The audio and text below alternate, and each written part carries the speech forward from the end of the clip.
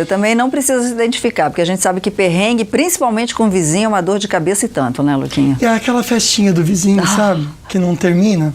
Aquele som alto, que você não consegue ver sua televisão, não consegue conversar com a mulher que está do lado. Exatamente, criança, salto alto, cachorro que late, enfim, perrengues com a vizinhança. Como é que a gente resolve tudo isso? Será que existe realmente uma lei de silêncio, um horário para isso? Ele saiu de São Paulo, especialista nesse assunto, está aqui para nos orientar o advogado Fernando Augusto Zito. Doutor Fernando, obrigada. Chega junto, doutor. Esse homem entende tudo de perrengue, é o doutor Perrengue. Ajude-nos, por favor, doutor. Obrigada pelo André, que está aqui também com a gente hoje.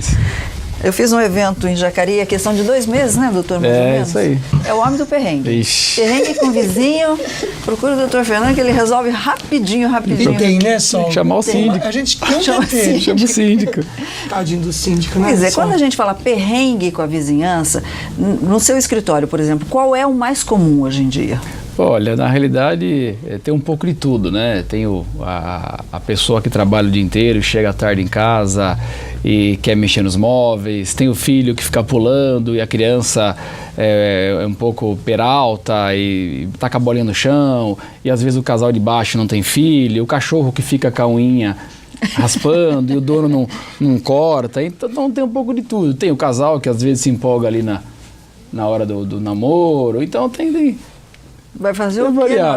Agora, aqui no estado de São Paulo, existe alguma lei que rege horário ou não? A perturbação é perturbação em qualquer horário? Não, tem o PSIL que determina que você, pelo menos após as 22 horas, mais estabelecimento público, você precisa ter o respeito e o silêncio, mas nos condomínios tem o regulamento interno, a convenção que fala até 22 horas pode fazer barulho.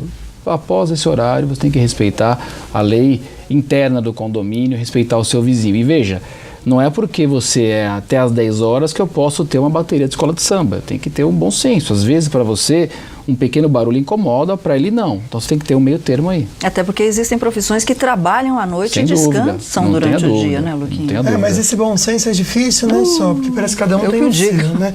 Ó, vamos para essa perguntinha de São Sebastião, da Grace Kelly. Ela comentou aqui assim, ó, o que eu devo fazer e proceder no caso de barulho? Que começa às 7 da noite, Sol, vai até às 6 da manhã. E ela comenta aqui, só que não adianta ligar para a polícia não, porque eles falam para conversar com os vizinhos, o que já foi feito várias vezes e nada foi resolvido. Então toda vez que tem festa, ela fala que é um inferno, pessoas gritando, música no último volume. O que a gente pode falar para Grace? Grace, existe as diretrizes internas do condomínio, a aplicação de advertência, na reincidência multa. Caso não consiga resolver, porque o condomínio também tem um limite de atuação. Não dá para jogar nas costas do síndico toda a responsabilidade e ele que resolva, não é assim. Se eu estou incomodado, eu tenho que tomar minhas providências. Quais são essas? Eu posso gravar, eu posso ter testemunhas verificando isso, e se eu quero ter uma prova mais robusta, eu contrato uma ata notarial, peço no cartório uma ata notarial, e esse notarial, como ele tem fé pública, ele vai até o seu condomínio, entra na sua casa e fala, olha, às 22 horas e tantos minutos, estive na casa do Fernando, identifiquei que o barulho é insuportável, então ele faz uma ata que tem fé pública, e essa ata vai servir para você buscar seus direitos no pequenas causas ou na esfera comum, e aí a pessoa vai ser obrigada a acessar, ou ela vai tomar multa, ou vai ser prejudicado de outra forma, né?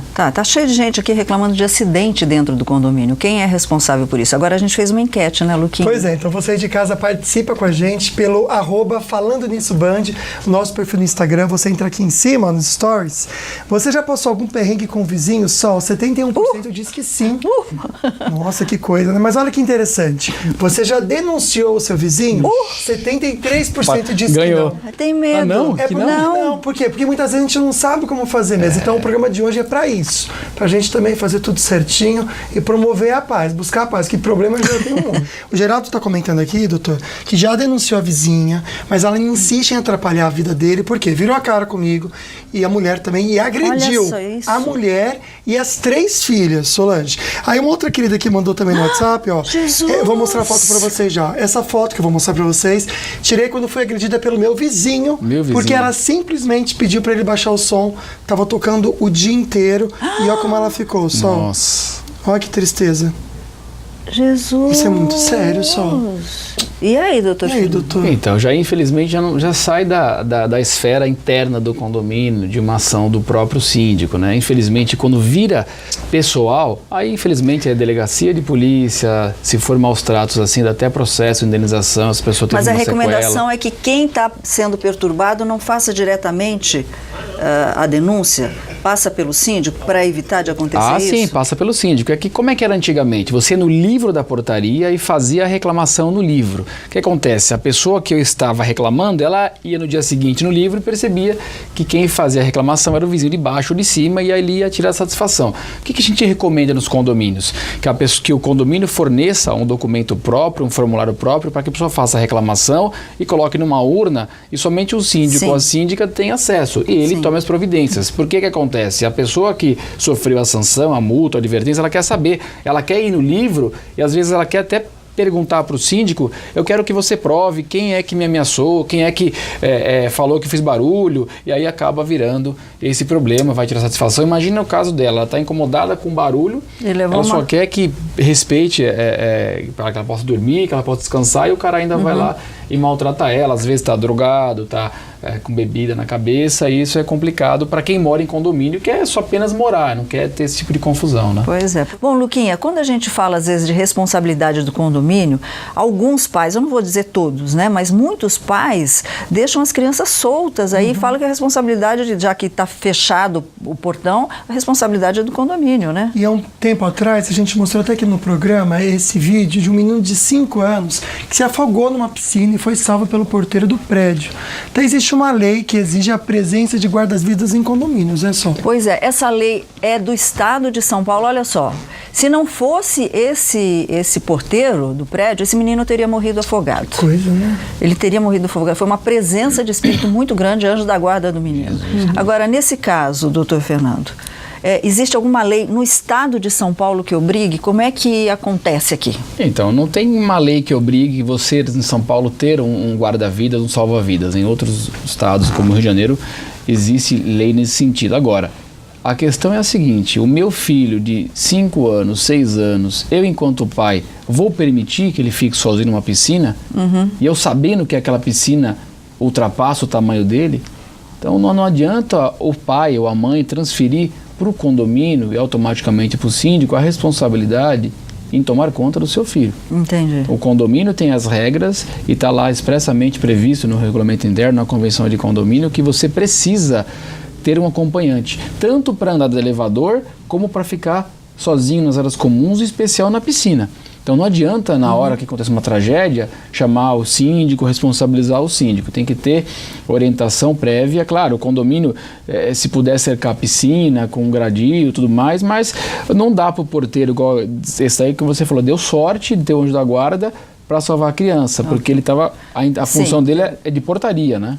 Exatamente, mas ele bancou aí o anjo da guarda, exatamente. Amores, tudo bem? Tudo bom, Martim? Então, meu perrengue é o seguinte, doutor, vê se você pode me ajudar. Aqui a gente mora num conjunto de casas, que é parede, entendeu? E no meu quarto, a parte de cima é o quarto. Aí a pessoa, fora de hora, assim, meia-noite, 1h, 2h da manhã, arrasta o móvel na parede, eu quase nem consigo dormir, entendeu? E se for conversar, não tem conversa, porque é briga, entendeu? O que eu posso fazer? É prédio ou é casa, Martinha? Desculpa, só... É casa, só que é conjunto, são casas conjuntas. Tá bom. Condomínio. É um condomínio ou na rua? É na rua ou é condomínio fechado?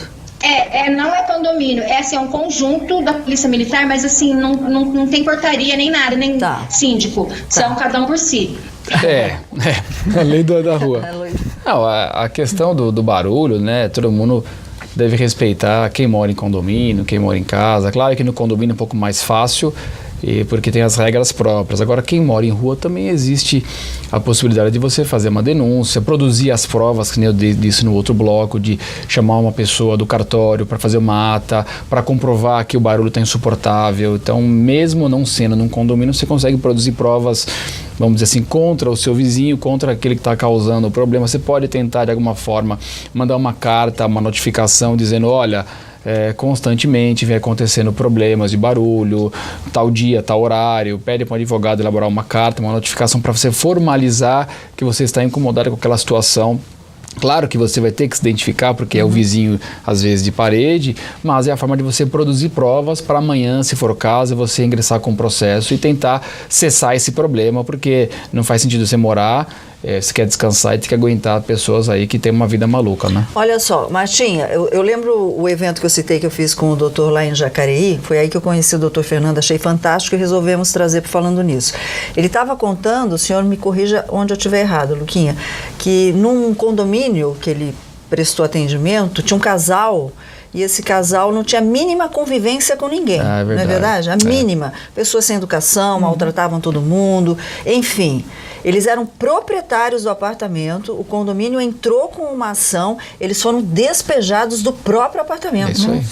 Então pode, é assim, né, doutor? Você não perde a propriedade, mas você é convidado pela justiça a se retirar, e quer dizer, então você não, aquele casal configurou-se no processo que eles não tinham condição de conviver em comunidade, em coletividade, porque qualquer ato deles era motivo de reclamação. Atenção, vizinho, que você, do meu prédio, presta atenção. Mas virou moda isso aí, isso tá na moda esse assunto, é o condomínio antissocial, né? Tem que se defender, lindona, tudo na justiça, viu, que dá certo. Então, eu tô gravando, né, os barulhos, e tive que gastar dinheiro para comprar uma coisa para revestir, para abafar um pouco o barulho. Mas é gasto, né? Então, depois você joga no bolso do vizinho, entra com a ação. Passa tudo pro vizinho aí. Obrigada, minha linda, Luquinha. Veja, minha linda, tem uma perguntinha interessante aqui, só. Ela comenta que tem um filho de 1 ano e 6 meses e ela quer saber se o síndico pode multar se ele chorar de madrugada, porque os vizinhos estão reclamando do choro dele, só.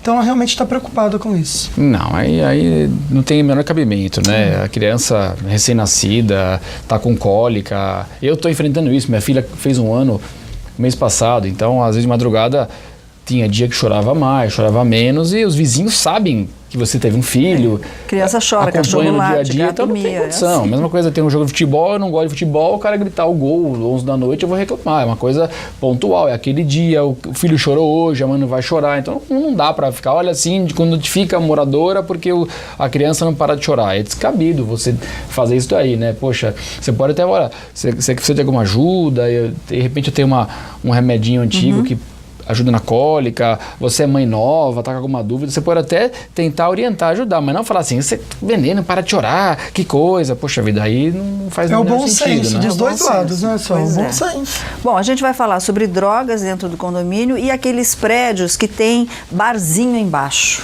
Mas olha que interessante, não é em cima, mas morou numa casa que tinha um bar do lado, e era só barulho, até de madrugada, não podia falar nada, porque as pessoas que frequentavam ficavam ameaçando. Então o que fez? Decidiu vender e mudar de bairro.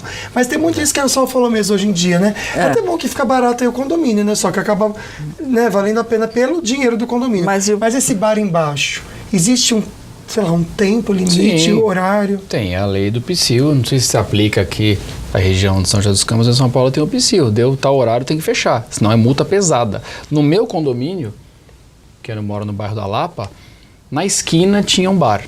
E aí teve briga, teve vários problemas, alguns moradores fizeram denúncia e esse bar acabou sendo lacrado. Colocaram aqueles bloquetes enormes de cimento, né? Porque o barulho é insuportável.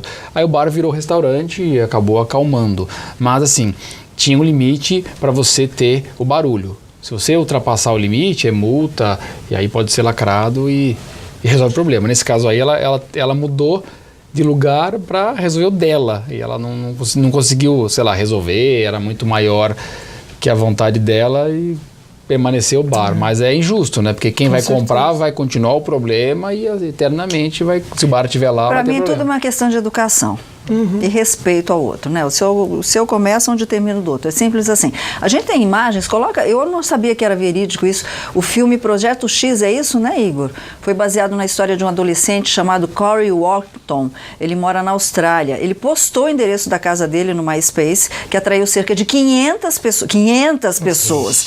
Causou um prejuízo de $20 mil em danos materiais. Essas festas que saem do controle. Isso daí é verídico, gente. Virou um filme. nome, mas isso é verídico. Tinham 500 pessoas na casa do cidadão. Dentro da casa não, mas... Já vi casos semelhantes. E aí? Da pessoa alugar o salão ou a churrasqueira do condomínio e postar no Facebook ou no Orkut na época, para os amigos comparecerem de fora. E aí o condomínio vira um negócio que você não consegue controlar. Eu, enquanto advogado de alguns condomínios, já recebi de síndicos esse tipo de problema, e o síndico acabou conseguindo enfrentar. Ele chamou lá o subsíndico e o porteiro e conseguiram expulsar essas pessoas para fora. Aí notificaram, multaram o proprietário da festa, que o limite era 80, tinha 200 pessoas no condomínio. Então imagina, gente no cantinho usando droga, casal namorando no matinho. Então saia do controle do condomínio e imagina, você lá com seu filho, brincando, você vê aquele mundaréu de gente chegando, é assustador, né? É um perigo, né? Eu sou a favor de ter uma lei, vai para cadeia, feito nos Estados Unidos. O André estava comentando aqui. Nos Estados Unidos, assim, na terceira vez, vai para cadeia o dono da casa e simples acabou. Simples assim. Olha que interessante essa pergunta aqui, na verdade, um comentário só. Diz que o nosso querido teve um perrengue com a vizinha, namorou com ela, casou com ela, tem 60 anos e tá tudo resolvido. Você vê? Então, às vezes, pode dar um negócio bom ali, né? No meio de toda a confusão. Novela. De repente, sim, né? Doutora, a gente só tem um minutinho, mas a questão da droga dentro do apartamento. Droga é muito mais delicado até que agressão, enfim. A droga no condomínio, para quem usa droga, quem é usuário de droga, o condomínio é um porto seguro. Porque para que a polícia ou alguém chegue na minha unidade, tem que passar pela portaria, subir o elevador, e alguns condomínios tem aquelas câmeras que você acaba vendo áreas comuns do condomínio, então ele monta ali um QG na casa dele. Tem que denunciar porque chega um momento que pode virar tráfico de droga. Aí... E a gente já teve caso aqui em São José dos Campos de alguns prédios assim. Doutor, infelizmente o nosso tempo acabou, mas guardamos muitas perguntas, tá? Porque o doutor Fernando vai voltar. A gente pega o doutor Fernando de jeito. Muito obrigada pela sua participação. Obrigado pelo convite, estou à disposição.